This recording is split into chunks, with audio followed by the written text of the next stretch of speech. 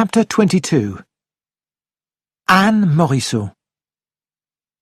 At 10:30 the next morning, Monsieur Fournier walked into Poirot's sitting room and shook the little Belgian's hand. "Monsieur, I have at last seen the point of what you said in London about finding the blowpipe." "Ah?" Poirot's face lit up. "Yes." Fournier sat down. "Why was the blowpipe found when it might easily have been passed out through the ventilator? I think now that the blowpipe was found because the murderer wanted it to be found." "Bravo," said Poirot. "That was your meaning, then? Good. So, why did the murderer want the blowpipe to be found? The answer: because the blowpipe was not used." "Exactly." "The poison dart was used, but something else was used to send it through the air. Something that a person normally put to their lips and which would cause no comment. I remembered your list of everything that was found in the passenger's luggage, and two things attracted my attention. Lady Horbury had 2 cigarette holders, and the Duponts had a number of pottery pipes. Both those things could have been put to the lips naturally without anyone noticing. Am I right?" Poirot hesitated. "You are almost there, but you have forgotten the wasp." Fournier stared at him. "The wasp?" "Yes, Poirot stopped speaking as the telephone rang and picked up the receiver. "Allô? Ah, good morning, Monsieur Thibault. Yes, indeed, very well.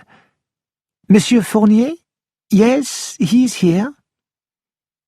He turned to Fournier. "He tried to find you at the Sûreté. They told him that you are here. He sounds excited." Fournier took the telephone. "Allô, Fournier speaking."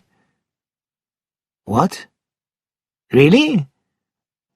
"Yes, I'm sure he will. We will come at once." He put down the receiver and looked at Poirot. "Madame Giselle's daughter has arrived from America to claim her inheritance." "What?" "Thibault has asked her to return at 11:30. He asks us to go round and see him." "Certainly. I will leave a note for Mademoiselle Gray."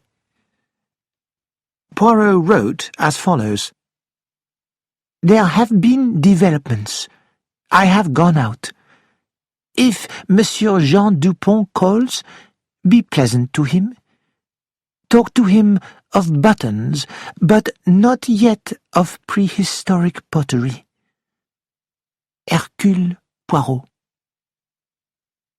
Maître Thibault welcomed Poirot and Fournier with great pleasure, then turned his attention to the question of Madame Giselle's heiress.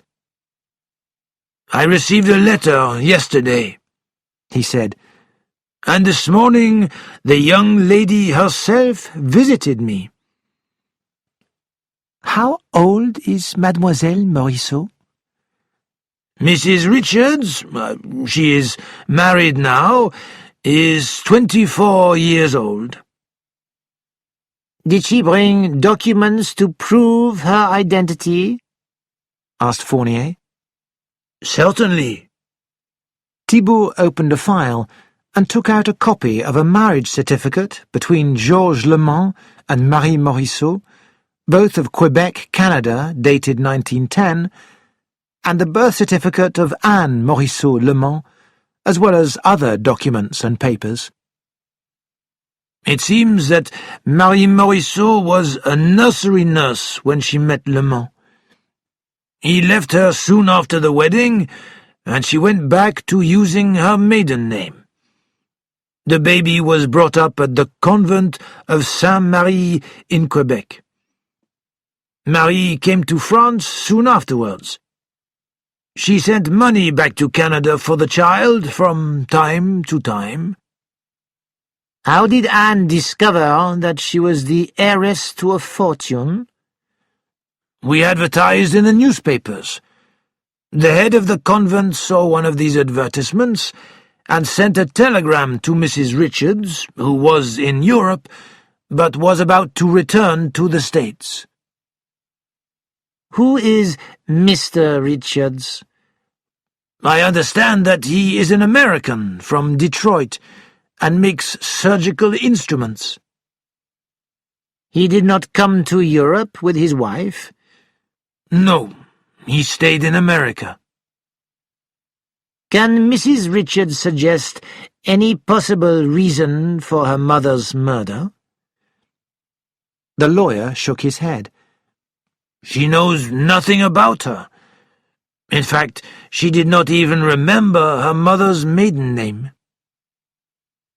It looks as though she is not going to be of any help in solving the murder, sighed Fournier. The door opened, and a secretary announced, "The lady has returned." "Ah," said Thibault. "Come in, Madame Richards.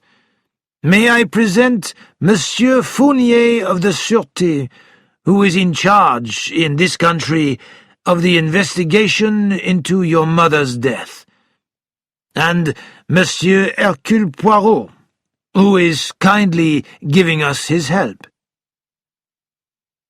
Giselle's daughter was a dark, smartly dressed young woman. She held out her hand to each of the men in turn. "I'm afraid, gentlemen, that I do not feel as a normal daughter would about the matter. I have really been an orphan all my life." She spoke gratefully of Mère Angélique, the head of the convent of Saint-Marie. "She has always been so kind to me." "When did you leave the convent, madame?" asked Fournier. "I was 18, monsieur. I went to work for a dressmaker. I met my husband when he was in Nice on business. He came back from the States to Holland, and we were married in Rotterdam a month ago. He had to return to the States before me, but I am now about to rejoin him." Anne Richards's French was fluent and relaxed. "How did you hear of the tragedy?" "I read about it in the papers, but I did not know that the victim was my mother. Then I received a telegram from Mère Angélique, giving me the address of Maître Thibault and reminding me of my mother's maiden name." It was clear that Mrs. Richards knew nothing about her mother's life or business affairs. Having written down the address of her hotel, Poirot and Fournier left Maître Thibault's office. "You are disappointed, my friend," said Fournier. "Did you suspect that the girl might not really be Giselle's daughter?" Poirot shook his head. "No, but I have seen her before. I wish I could remember where. Or her face reminds me of someone." "You have always been interested in the missing daughter?" "Naturally." Poirot raised his eyebrows. "My friend, a very large fortune passes to this girl. From the beginning, I thought she might be involved. Miss Venetia Kerr is of a well-known family, but ever since Madame Giselle's maid, Elise, suggested that the father of Madame Giselle's child was an Englishman, I have wondered about the two other women on the plane. I thought one of them might be this daughter. They were both about the right age."